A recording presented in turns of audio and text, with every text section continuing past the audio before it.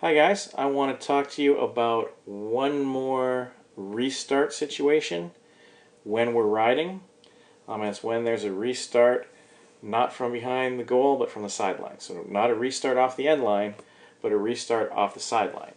And I've got us set up in our 3-3 here, which is how we set up when we ride, to try to kind of illustrate that what we're doing is the same thing as we do from our 3-3 after they make a pass to one side or the other, but because the ball went out of bounds and we get a restart, it gives us a head start to get set up the way we want to be and make things really difficult for the team trying to bring the ball in from the sidelines.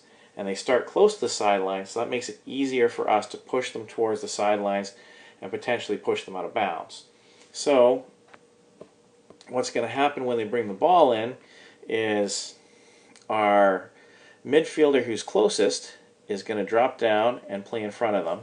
You don't want to go too far to the sidelines. You don't want to be too far out this way because you want them to have that space to go to. That's where you're trying to force them. You're trying to funnel them towards the sidelines so that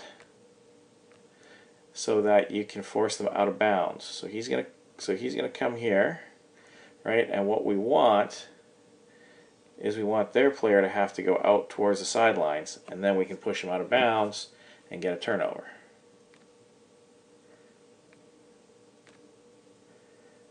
All right.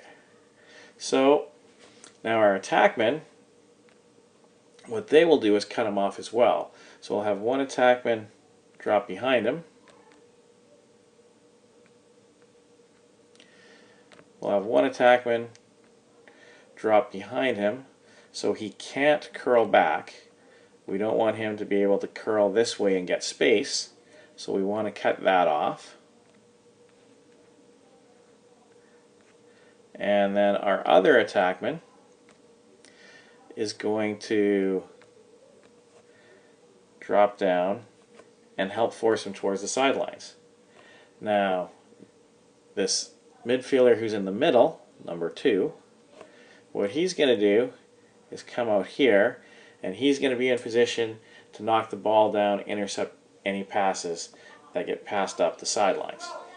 And just like when we go from our 3-3 to our sort of half field, our midfielder and attackman on the far side, they're going to come across to about the middle of the field. So it's going to look just like this. We want to do this before the ball is in play, before the referee blows the whistle so they can start. We want to be set up. So once again, the important thing is to hustle, to get set up before their player is ready. And it might be a situation where you're tired, you want to take a breath, you want to take a rest, get in position and then take a breath. Don't take a breath before you get into position because you won't be there. So again, we set up kind of like this, right? And we're trying to force this number 4 up the sidelines.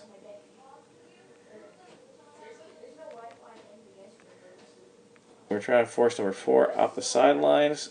Oops, just moving the ball, not moving the ball on the player.